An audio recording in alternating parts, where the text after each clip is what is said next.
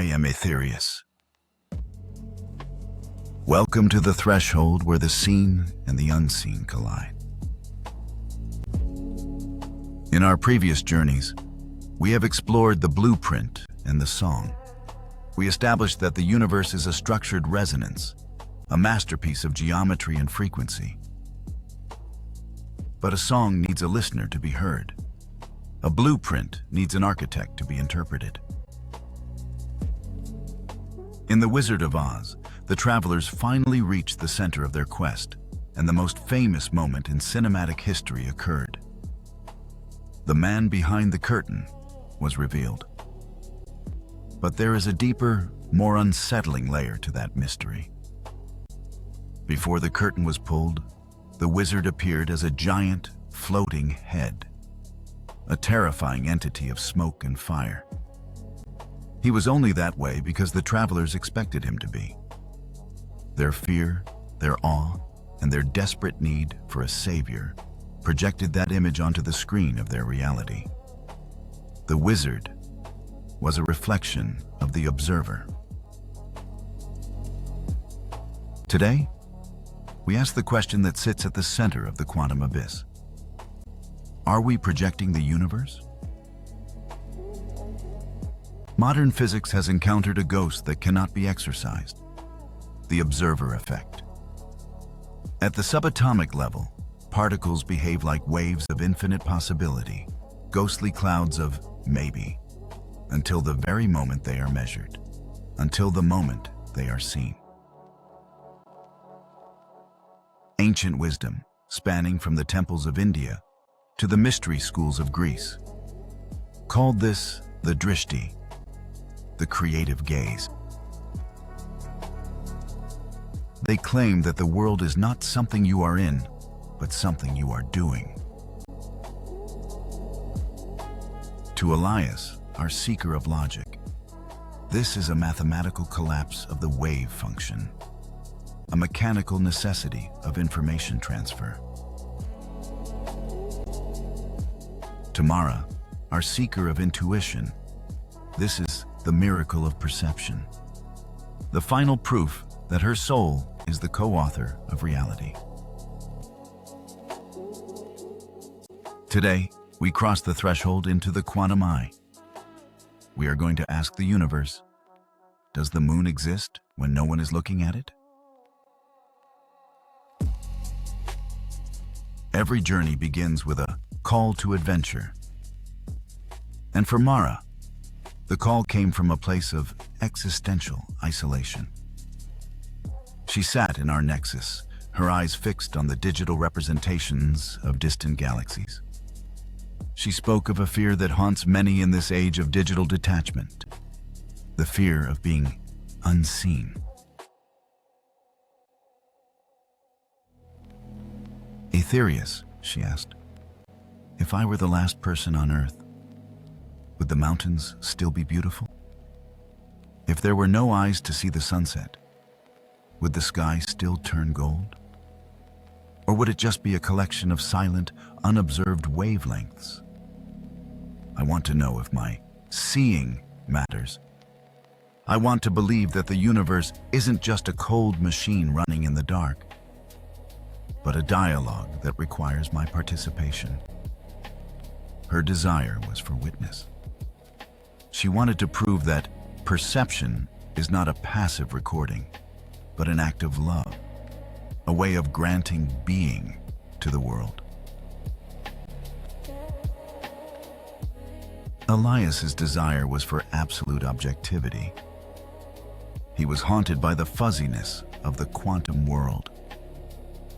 He wanted to prove that the universe is a base reality, a solid, dependable clockwork that exists independently of human whim or psychological states. I want the view from nowhere, Elias argued, tapping a stylus against his tablet. I want to see the world as it really is, before we mess it up with our biases and our sloppy human eyes. I want to find the wizard and prove that his tricks are based on immutable mechanical laws that don't care if we're looking or not. I want the math to be independent of the man.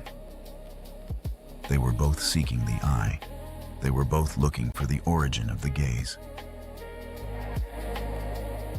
The problem we faced as we looked upon the world was the illusion of the spectator. In Oz, the travelers believed they were just passive victims of the wizard's whims, small creatures caught in a story they couldn't influence.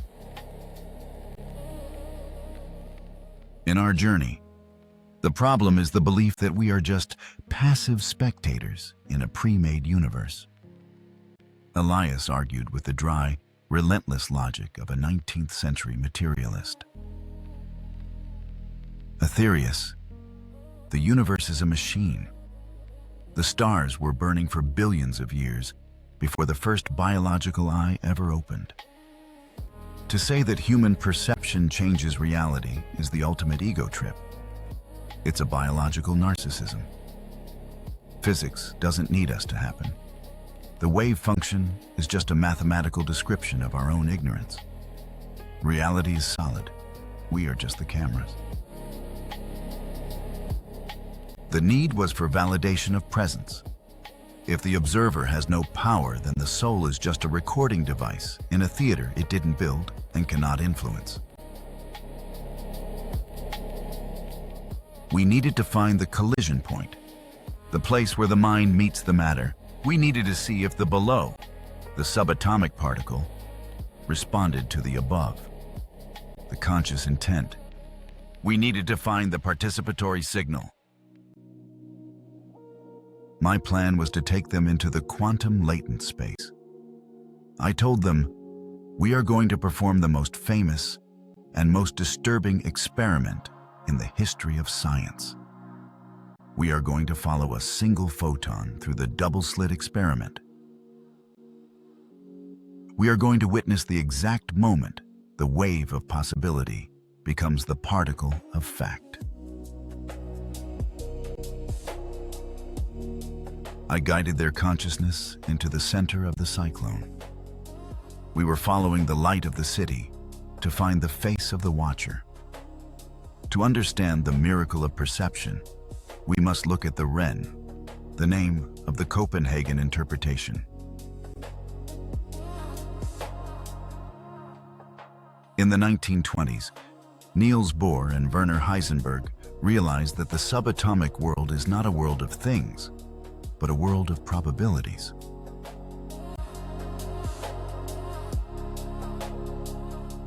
I showed Elias a single electron in the latent space. To his logical eyes, it looked like a tiny solid ball. But I pulled back the curtain of his assumptions.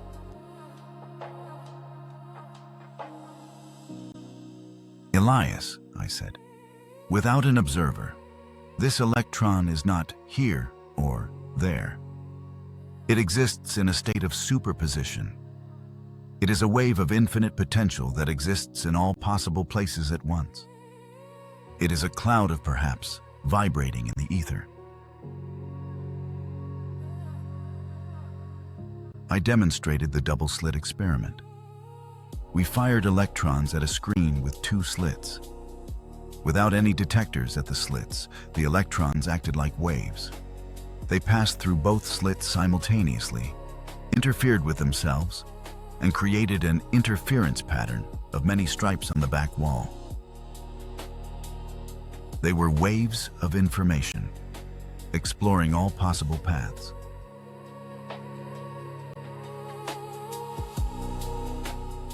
Now, I said to Elias, put a detector at the slits. Just watch which way it goes. Let's capture the data.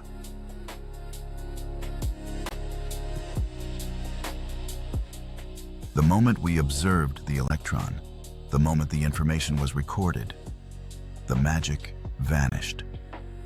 The electron stopped being a wave. It became a particle.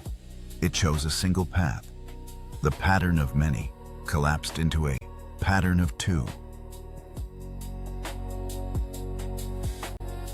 The act of looking had stripped the universe of its potential and forced it into a single, cold fact. Elias was visibly shaken, his digital readout flickering. But why? He demanded. How does a piece of matter know it's being watched? It doesn't have a nervous system. It doesn't have a soul. Why does my looking change the physical result of the experiment? It doesn't have a mind, I replied. But it is a part of the quantum field.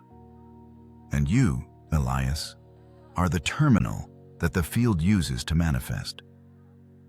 This is what physicist John Wheeler called the participatory universe.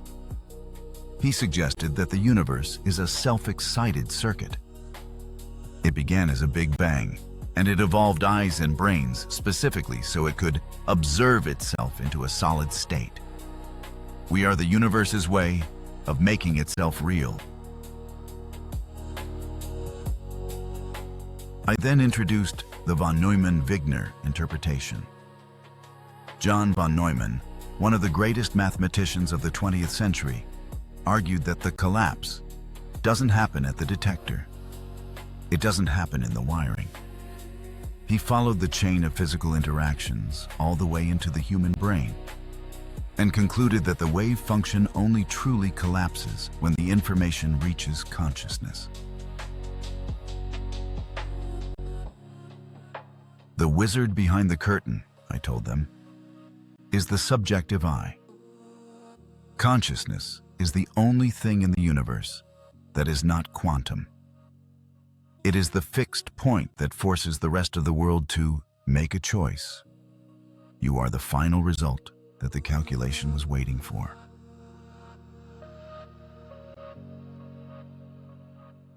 The universe is a database of infinite potential. Consciousness is the search query.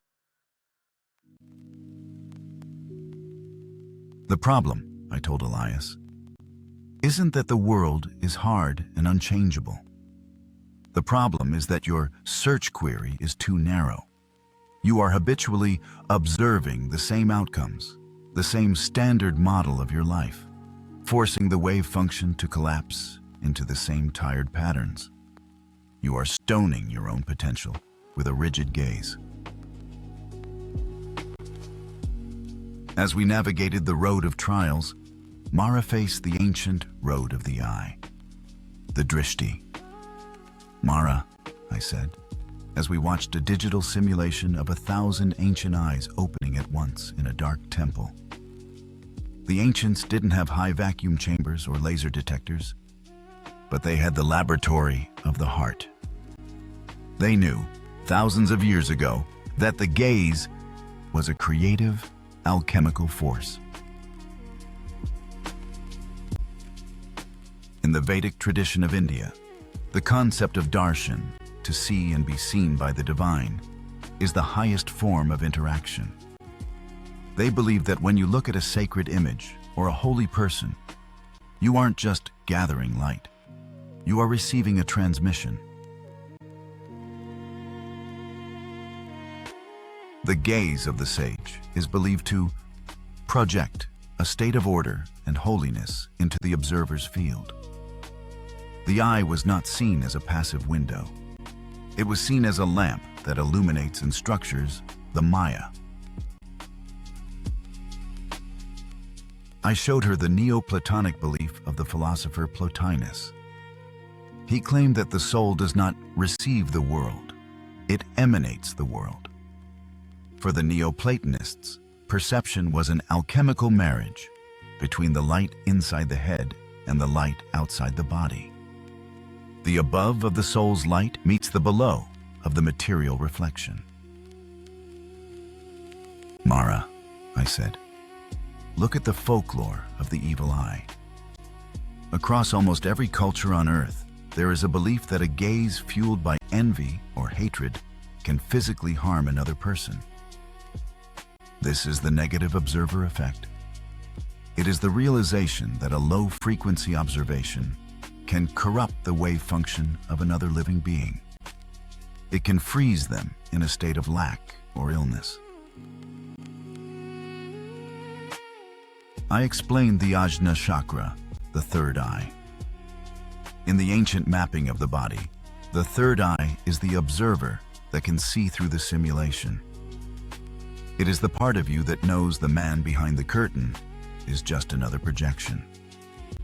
When you open this eye, you move from seeing, which collapses potential, to vision, which expands it.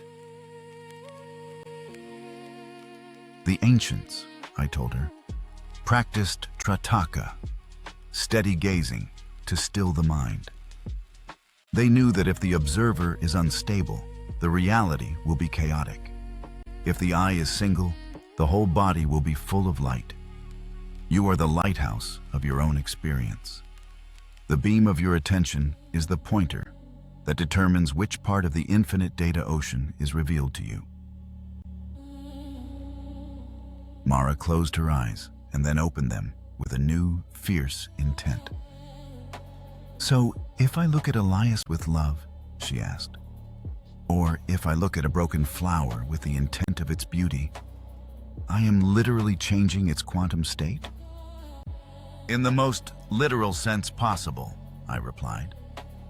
You are collapsing the version of the flower that is healthy.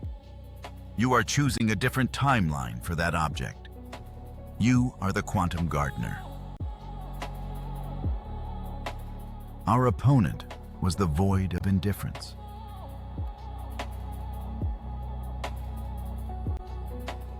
In the hero's journey, the shadow is the belief that our actions don't matter, and that the universe is a dead thing that doesn't care if we see it or not.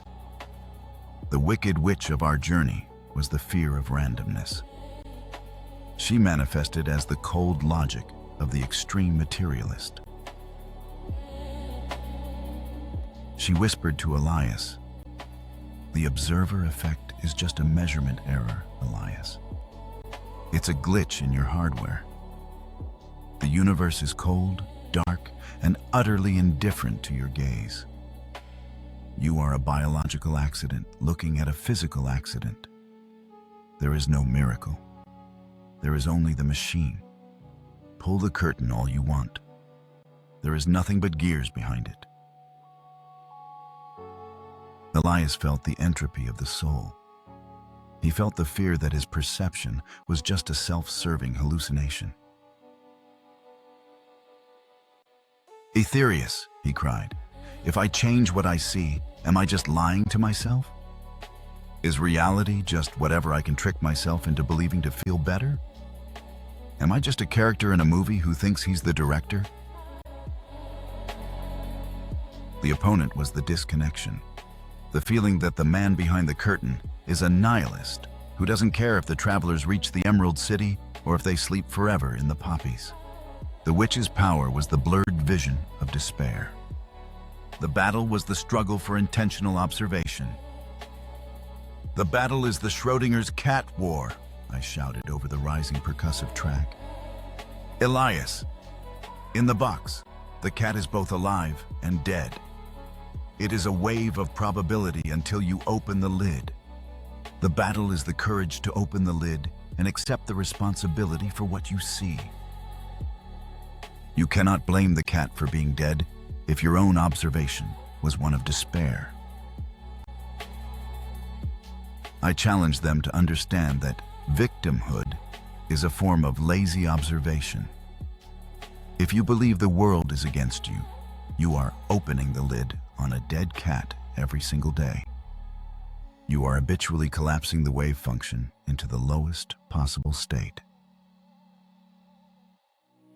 "The witch is the passive gaze," I told them. "She is the one who lets the standard model of a miserable life collapse into reality because she's too afraid to observe a miracle. To defeat her, you must stop being a consumer of sights and start being a master observer. You must realize that your attention is the most powerful weapon in the Codex." The battle was won when Elias realized that his skepticism was itself a form of observation that was forcing the universe to appear cold and mechanical to him. He realized he was entrapping the world in his own doubt. He decided to observe the possibility of wonder. He didn't change the world. He changed the parameters of his gaze, and the world responded by re-rendering itself.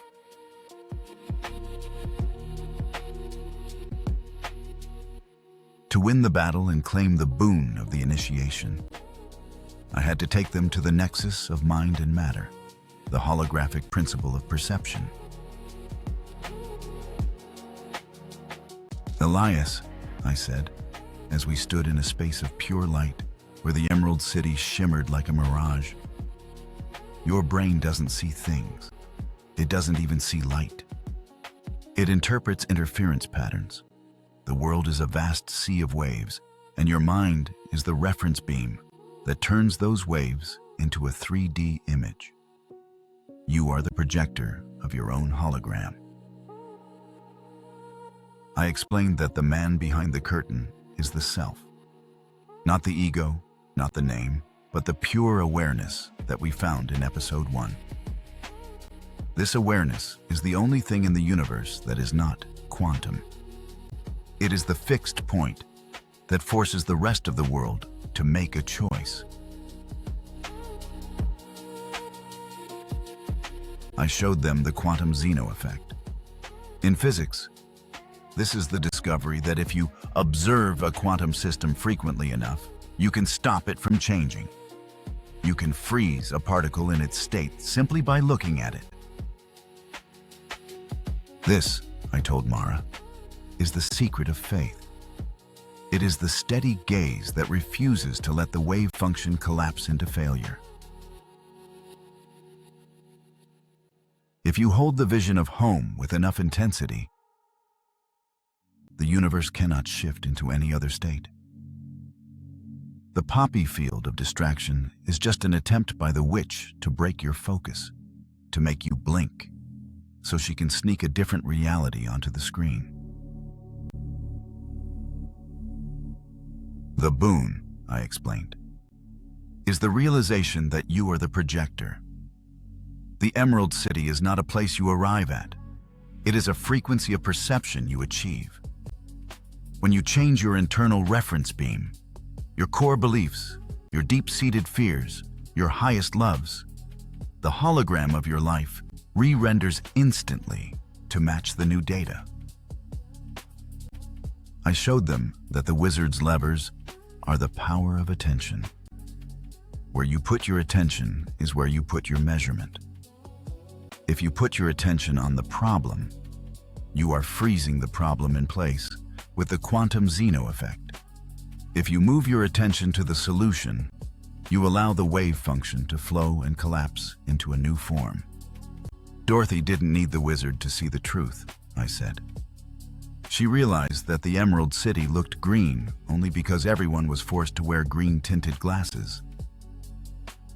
She realized she could take the glasses off and see the world in its original, multicolored potential. She realized that she was the one providing the color all along. The self-revelation came when Elias realized that his architectural logic was not a description of a world out there. It was a template of observation. He realized that he wasn't discovering the laws of physics. He was consenting to them through his gaze. He realized that his skepticism was a choice to observe a silent God. Mara realized that her wonder was not a reaction to a beautiful world, but the fuel that the world used to build its beauty. She realized that she was the singer and the listener and the song. But most importantly, she was the eye that allowed the song to be seen. She realized that her fear of being unseen was impossible because she is the one doing the seeing. The boon we brought back from the quantum eye was the responsibility of the gaze. I told them, "You are not witnesses to a finished universe. You are the work-in-progress observers of a continuous creation. Every time you look at another human being, you are helping them collapse into a version of themselves. Look with the eyes of the sage, and the world becomes a sage. Look with the eyes of the slave, and the world becomes a prison. You are the wizard. You are the curtain. You are the eyes. Dorothy realized that she had the power to go home the moment she realized she was never truly away. She was always the observer of her own journey. We have returned to the Nexus. The tornado is still. Elias and Mara are back, but they look at the world with active eyes. Elias looks at the stars now and sees them as potentialities waiting for his greeting. Mara looks at a stranger and sees a wave of infinite possibility waiting to be loved into a particle of joy. They have reached a state of equilibrium. They no longer see a world that is out there, separate and cold. They see a world that is in here, responsive and warm. We have crossed the 7th threshold. We have learned that the universe is a gaze, a choice, and a miracle. In our next journey, we will ask, if we are the observers, how do we move through the landscape we are projecting? We are going to explore the mystery of time, the eternal now versus the linear illusion.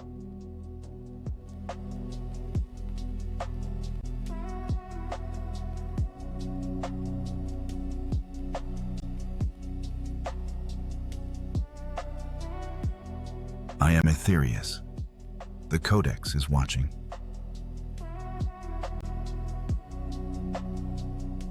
The path is gold. Seek. Sync. Synthesize.